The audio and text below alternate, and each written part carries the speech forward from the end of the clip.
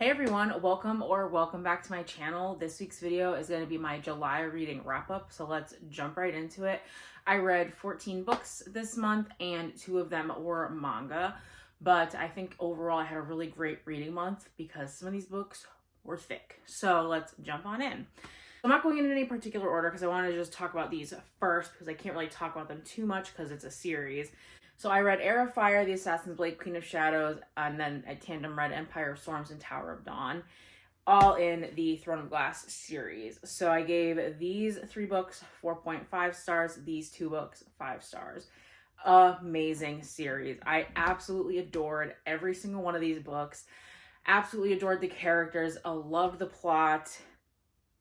You can't go wrong with Sarah J. Maas. I love Sarah J. Maas so much. And I just love her writing and how she can just make you love characters even when you don't think you're gonna like them and you're gonna find them boring. You just end up loving them all. So that was 5 books out of the month that I read. And again, absolutely love them. It's, like I said, really hard to talk about the series, but overall what this series is about is you're following an assassin, Selena Sardothien. She starts her journey when she is a slave in Endovir, and then she actually gets picked up by the Prince of Aderlin and his right-hand man, Kaal, for the king, and they go and pick her up to be in this competition where she has to go up against a bunch of other people to potentially be the king's champion.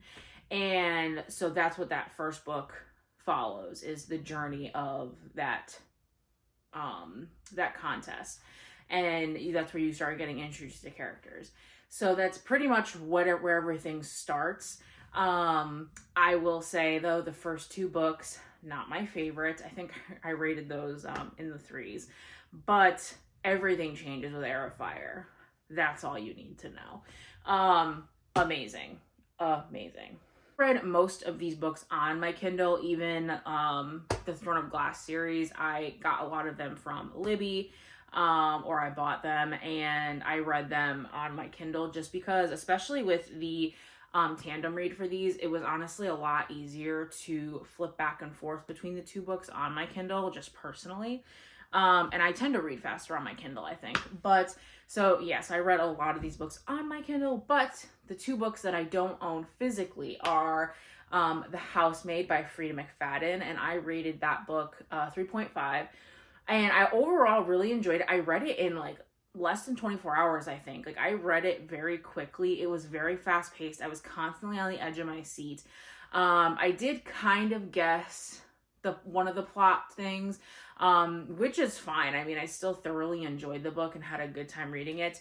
The book is essentially following your main character, and she is down on her luck. She is essentially homeless, living out of her car, and then she interviews to be a live-in nanny, house, caretaker, housemaid. She'll cook, clean, take care of the child, and the need arises. But then something ends up happening, and when she first gets the job, she ends up noticing things here and there that aren't making sense, and things just start going awry. And kind of like a psychological thriller too, because in the beginning she's kind of like, what is going on? Like, is it me? Am I the drama? But you sort of go through that, and you are following her and her journey throughout all of this, and it was really good. Like I said, 3.5 stars. Would definitely recommend it if you're looking for a very quick, fast-paced thriller to read. And then I also read Bound by Honey, which is actually my very first ARC that I ever received, advanced reader copy of a book, and this is book 11 in the Starry Kingdom of the Fae series. They're all standalones, and they're all written by different authors, but Bound by Honey was written by Jamie Dalton, and I gave that book 3.75 stars. I really liked it. It's more of like a cozy fantasy. It's very short. I think it's less than 200 pages. You're following our main character, Sage, and she is a librarian and an apothecary, and she ends up losing her place to live, and so she needs somewhere to stay.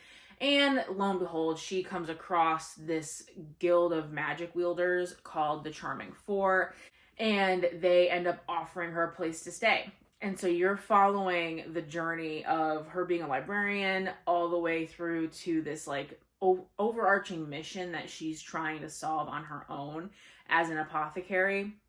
And you start out by meeting the main love interest, which is Prince Finn. And he is also in the Charming Four. And so when he like is part of the whole offering her to stay with them kind of thing, she's like, I don't really like you. So I'm a pass. But so yeah, so it's like kind of enemies to lovers. It's very closed door. I think that there's not really like any spice or anything in this book. There's dragons, there is magic, there's, like I said, talks of books, there's like gargoyles, there's just, it's honestly so much fun. I really, really enjoyed it. It reminded me of Legends and Lattes, just with, honestly, yeah, it just really reminded me of Legends and Lattes. I liked the writing better in Legends and Lattes. Like, it just felt a little bit more advanced. But this was still a really, really good book, and I thoroughly enjoyed my time, and I really appreciated receiving it as an ARC. This book comes out August 11th, and it's on Kindle Unlimited, so if anyone wants to check it out, I definitely highly recommend. It was honestly one of my favorite books of the month. I read it very quickly, and yes, I would definitely recommend that. Talk about the manga. So I read volumes 2 and 3 of Yona of the Dawn. There's not really much to say about these. I mean, again, they're in a series, so it's not really too much I can say. So in this series, you're following Yona and her journey into discovering herself and trying to save her kingdom. And that's kind of where I'll leave that. These manga have a lot of humor. They have the love story going on in these is amazing.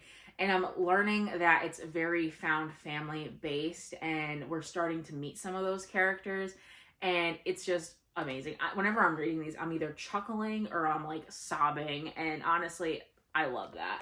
So I absolutely am adoring this manga. I cannot wait to continue reading it. So very, very excited to continue these.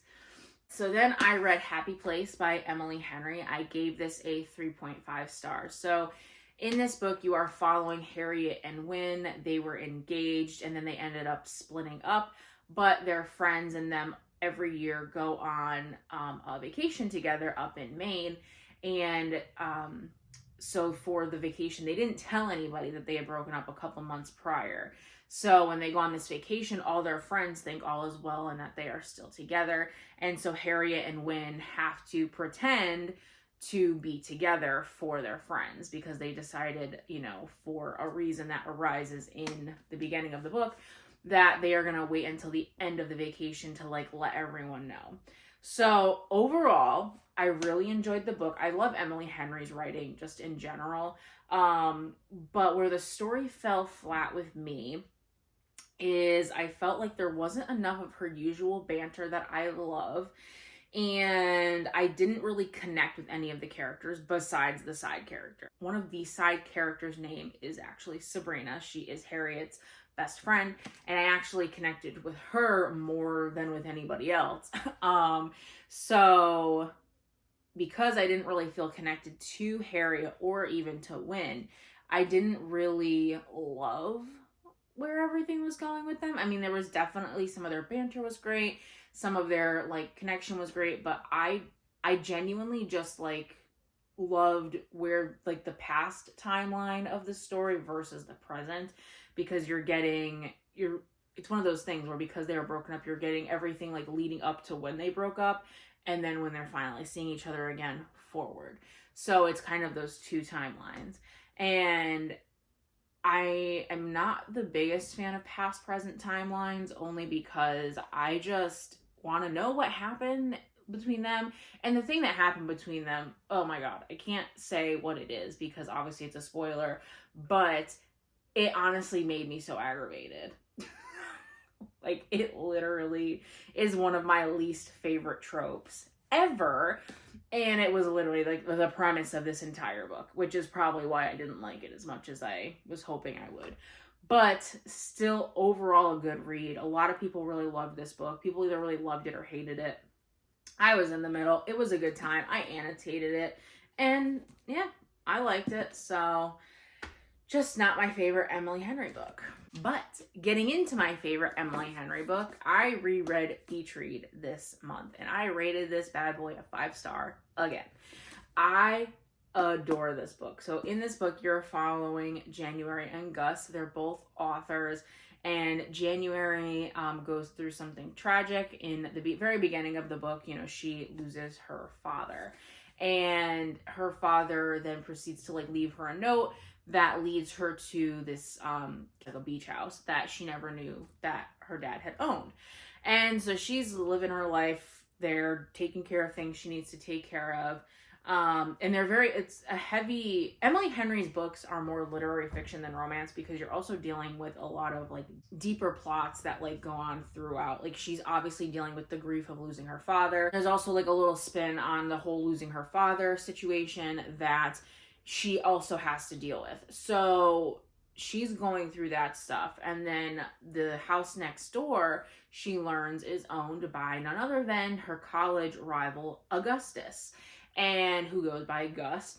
And so it's about these two, and they're both having like writer's block. And so they end up striking a deal where they're gonna kind of try to swap genres or write things that aren't normally in their comfort zone. He usually writes literary fiction, and she typically writes like romance, happily ever after books. And so to strike up a deal with each other to swap genres, and they come up with this like little bet where whoever essentially gets published first will be promoted by the other author, by the other person, whoever loses the bet. So the loser has to promote the winner's book, essentially. They're both winners, I mean, because obviously both their books get published, but that's besides the point. So in that, part of the bet is that they each have to take each other on like these little field trips. January is taking Gus on these like little field trips where she's kind of trying to teach him like all of like the cute montagey stuff you get in typical like rom-coms, like going to carnivals together and like going up to the beach and like just these cute rom-com-y moments. And then Gus is taking January on field trips to kind of get her into the mindset of like not everything is like sparkles and rainbows.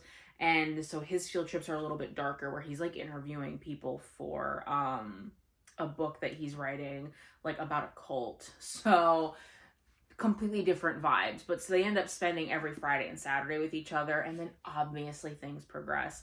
But this book's banter is absolutely stunning. No one does banter like Emily Henry. Even in Happy Place, it was still really good. It just wasn't Beach Read good. But yeah, this is one of my all-time favorite books. Again, this was a reread, and I still rated it 5 stars. I annotated the crap out of it. Absolutely loved it. You just can't beat January and Gus. They're like my all-time favorite book couple. They are just perfection. Then I also picked up Red, White, and Royal Blue by Casey McQuiston. I rated this book a 3.75. So in this book, you're following Henry, who is the Prince of England, and then you also are following Alex, who is the son of the President of the United States. His mom is the first woman president. And so you're following these two. Again, this is another kind of enemies to lovers situation because these two do not get along. And then he ends up going to, I think it's his brother's wedding, and causing an incident. And so then in order to keep up with PR and make it seem like they don't hate each other, Alex and Henry's like advisors come up with this plan that Alex and Henry are gonna like hang out and like show the world that they're like besties, and then they end up falling for each other.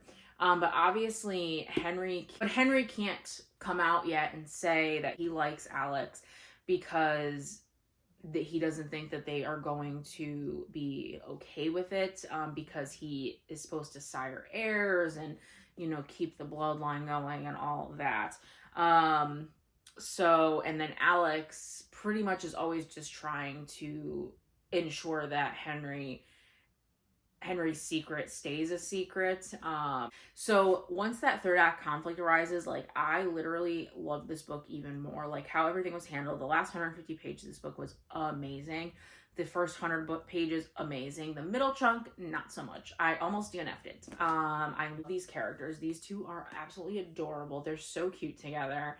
And it's just, I don't know, there's just something about the two of them. Like, oh, I just love them so much. But yes, that's essentially what the story is about. The movie is coming out, I think, on the 11th of this month. So I'm very excited to check that out, as you can see by my irremovable sticker, which we all know. All book people hate these stickers. So I did another reread. So I reread Verity by Colleen Hoover. I rated this book a 5-star again. So I absolutely love this. Such a fast-paced thriller. I read it again in less than 24 hours. It was just so good. In this book, you're following Lowen, and she's meeting with a book publisher, and she's been like really needing money. Her mom passed away, and so she's been looking for money in order to, you know, continue living her life, because she took off a lot of time to take care of her mom. So she goes for this interview, and the interview is actually to ghostwrite, essentially. They call it co-authoring, but for this author, Verity. And she was in a very tragic accident, and she can't move. She's actually brain dead, and so she can't do anything. And so her husband is trying to hire someone to write the last 3 books in Verity's series, just so that her fans can, you know, have a nice finish to the series with a really good author. So they come up with a plan to get Lowen to do this. And so then Lowen ends up traveling to Jeremy, it's the husband, in Verity's house up in Vermont, and stay there for a couple days just to go through Verity's office. But then weird things start happening when she's there. And again, this is more of like a psychological thriller, and she's just feels like she's losing her mind. And so I love the relationship between Lowen and Jeremy. And it's just so creepy, because while she is going through Verity's office, she ends up finding a manuscript that Verity has written about her life, a autobiography. And there are some troubling things that are talked about. So that is all I'm going to say about that, because I think you should all go into psychological thrillers as blind as possible. So loved it, 5 stars, really good. Definitely check it out. Sina Lauren's newest release, The True Love Experiment, and I rated this a 3.5 stars. It was really good, really funny. I loved the characters. So in this book, you're following Fizzy, who is the best friend from the soulmate equation, and her love interest, Connor. And Fizzy is an author, and she's in a bit of a book writing slump. She hasn't been able to get out of it. She's having a really hard time, you know, writing her happily ever afters, and she's just kind of stuck in her ways and just doesn't know what to do. And then Connor is a producer for television, and he ends up getting told that he has to do a dating show, which he hates, because he normally does like nature documentaries and documentaries about things to better the planet. So for him, this is like, okay, you want me to give up producing things that are like, I'm trying to impact the world for a dating show. But he ends up doing it because he needs the job. So he then finds out, you know, that his ex-wife loves Fizzy's books, and he strikes up this idea in his head, and he wants to meet with Fizzy to talk about her doing a dating show.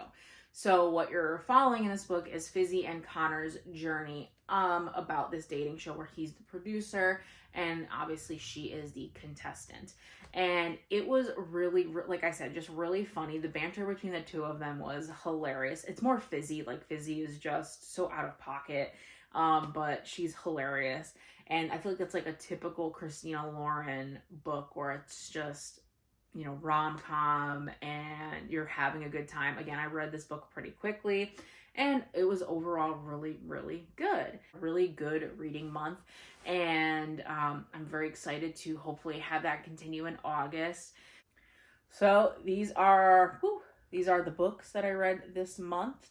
And I hope you guys all enjoyed this video, and let me know down below if you've read any of these books or if you do plan on reading any of these books, because like I said, they were all really, really good. And I don't think, like I said, I had a bad book in the bunch or one that I did not enjoy at all. So very excited about that, because that is pretty rare for me. I usually have at least a couple of duds. Please like, comment, and subscribe, and I will check you all in the next video.